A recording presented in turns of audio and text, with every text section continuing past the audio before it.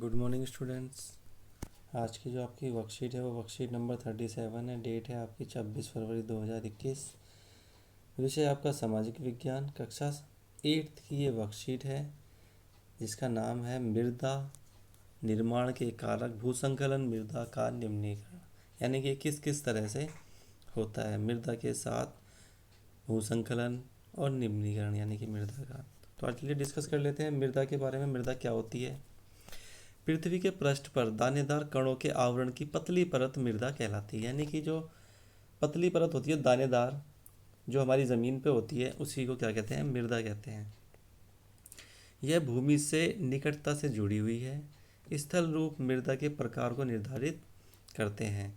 यानी कि स्थल बताते हैं कि यहाँ की मृदा कैसी है, उपजाऊ है या अनुपजाऊ है। मृदा का निर्माण चट्टानों से प्राप्त खनिजों और जैव पदार्थों तथा भूमि पर पाए जाने वाले खनिजों से होता है।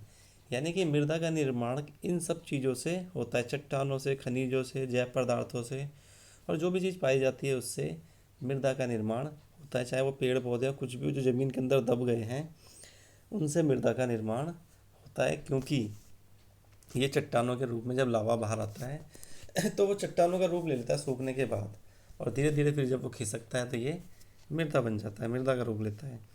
यह अपक्षय की प्रक्रिया के माध्यम से बनती हैं। खनिजों और जैव पदार्थों का सही मिश्रण मृदा को उपजाऊ बनाता है। यानी खनिज और जैव पदार्थ जब सही मात्रा में मिल जाते हैं तो ये उपजाऊ मृदा का निर्माण करते हैं। और मृदा जितनी उपजाऊ होती है उसमें खेती या फसल आपकी उतनी ज़्यादा अच्छी होती है। इसके बाद है मृदा के कारक। यानी कि मृदा निर्माण के क्या क्या कारक हैं। तो मृदा निर्माण का सबसे पहला कारक है जनक शैल का स्वरूप, जलवायविक कारक, स्थलाकृति, जैव पदार्थों की भूमिका और मृदा निर्माण के संगठन में लगा समय। तो ये मृदा है, जो डिस्कस कर लेते हैं इसको भी। पहला, जनक शैल रंग, गठन, रासायनिक गुणधर्म, खनिज, मात्रा, पारगम्यता को निर्धारित करती है। यानी कि ये सब चीज़ें किस में होती हैं? एक मृदा में होती हैं। सेकंड है उच्चावच, तुंगता और ढाल मृदा के संचय को निर्धारित करती है। यानी कि जितनी ढाल होगी और जब वो ढाल धीरे धीरे ख़त्म हो जाएगी, जैसे अगर मैं सपोज करते हैं ये ढाल है पानी की और ये आ रही है और आ रही है, फिर ये सीधी होती जा रही है, तो यहाँ से तो मृदा बहुत तेज़ी से आएगी, लेकिन यहाँ पे आएगी जब वो पानी जब यहाँ पे आएगा तो ये मृदा को छोड़ते चलती है नदियाँ। तीसरा, वनस्पति, प्राणीजात और सूक्ष्म जीव हुमस निर्माण की दर को प्रभावित करते हैं। यानी कि ये जो जीव जंतु होते हैं ये जो मृदा में हुमस होती है उसको काफ़ी ज़्यादा प्रभावित करते हैं। यानी कि हुमस का मतलब है उसके अंदर संदसी बन जाती हैं। फिर आपका जलवायु,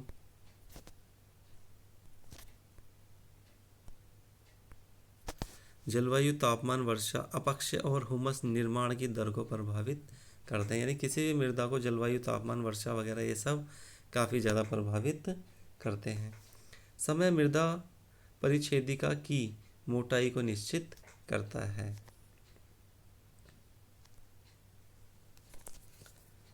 अब आते हैं भूसंकलन क्या होता है। बेसिकली भूसंकलन आप यहाँ देख सकते हैं, जब ज़मीन फटकर थोड़ी सी साइड में हो जाती है या चट्टानें जब टूट के एक तरफ हो जाती हैं तो उसको ही भूसंकलन कहते हैं। यानी कि भूसंकलन को सामान्य रूप से शैल मतलब शैल, मलबा या ढाल से गिरने वाली मिट्टी के वृहद संचलन के रूप में परिभाषित किया जा सकता है। यानी भूसंकलन को हम सामान्य रूप से कह सकते हैं कि शैल, मलबा या ढाल से गिरने वाली मिट्टी वृहद संचलन के रूप में परिभाषित किया जा सकता है। वे प्राय भूकंप, बाढ़ और ज्वालामुखी के साथ घटित होती है। इनके द्वारा ही पृथ्वी का जो भूसंकलन है वो होता है। पेड़ पौधे हों, चट्टानें हों, सब इसी के माध्यम से इनमें भूसंकलन की क्रिया होती है। लंबे समय तक भारी वर्षा होने से भी भूसंकलन हो जाता है। कई बार ज़्यादा वर्षा होती है तो भी मिट्टी अपने आप ही साइड में खिसक जाती है।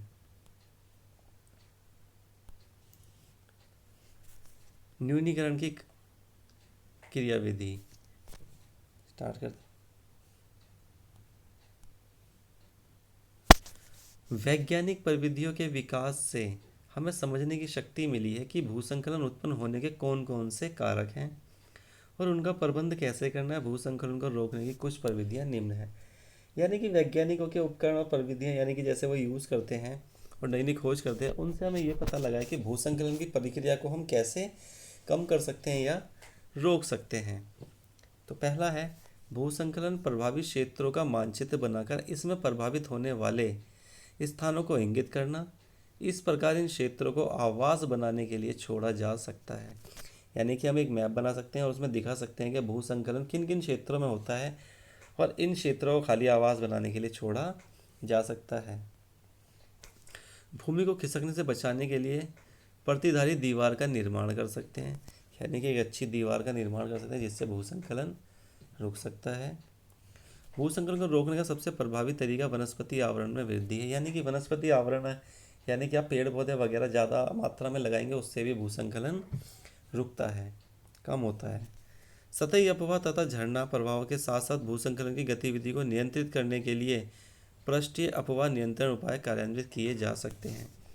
यानी कि भूसंकलन की एक गतिविधि को या प्रक्रिया को रोकने के लिए हम अपवाह नियंत्रण भी कर सकते हैं। यानी कि अपवाह नियंत्रण यानी कि पानी की मात्रा जो ज़्यादा तेज़ी से उसको भी कम कर सकते हैं, इससे भी भूसंकलन कम होता है। मृदा का निम्नीकरण। मृदा अपरदन और क्षीणता मृदा संसाधन के लिए दो मुख्य खतरे हैं। यानी कि मृदा अपरदन यानी कि मृदा का एक स्थान से दूसरे स्थान पर जाना, और क्षीणता मृदा यानी कि मृदा का कम होना, ये दोनों ही खतरे हैं। मानवीय और प्राकृतिक दोनों ही कारकों से मृदा का निम्नीकरण हो रहा है। यानी कि मानवीय और प्राकृतिक दोनों ही तरह से मृदा का निम्नीकरण हो रहा है, यानी कि उसमें कमी आ रही है। मृदा के निम्नीकरण में सहायक कारक वनोन्मूलन, अतिचारण, रासायनिक उर्वरकों और कीटनाशकों का अत्यधिक उपयोग, वर्षा दोहन और भूस्खलन और बाढ़ भी है। यानी कि इन सब के कारण भी मृदा में कमी आ रही है, मृदा अपरदन में। फिर आपके कुछ क्वेश्चन हैं, यानी कि मृदा का निर्माण कैसे होता है, पहला क्वेश्चन। दूसरा क्वेश्चन है आपका मिट्टी के निर्माण को प्रभावित करने वाले कारक कौन कौन से हैं। और थर्ड क्वेश्चन है भूसंकलन को कम करना क्यों आवश्यक है। आई होप आप ये तीनों क्वेश्चन आराम से कर लेंगे। इसके बाद अगर किसी स्टूडेंट को लगे कोई प्रॉब्लम लगे इस वर्कशीट में तो वो मुझसे डिस्कस कर सकता है।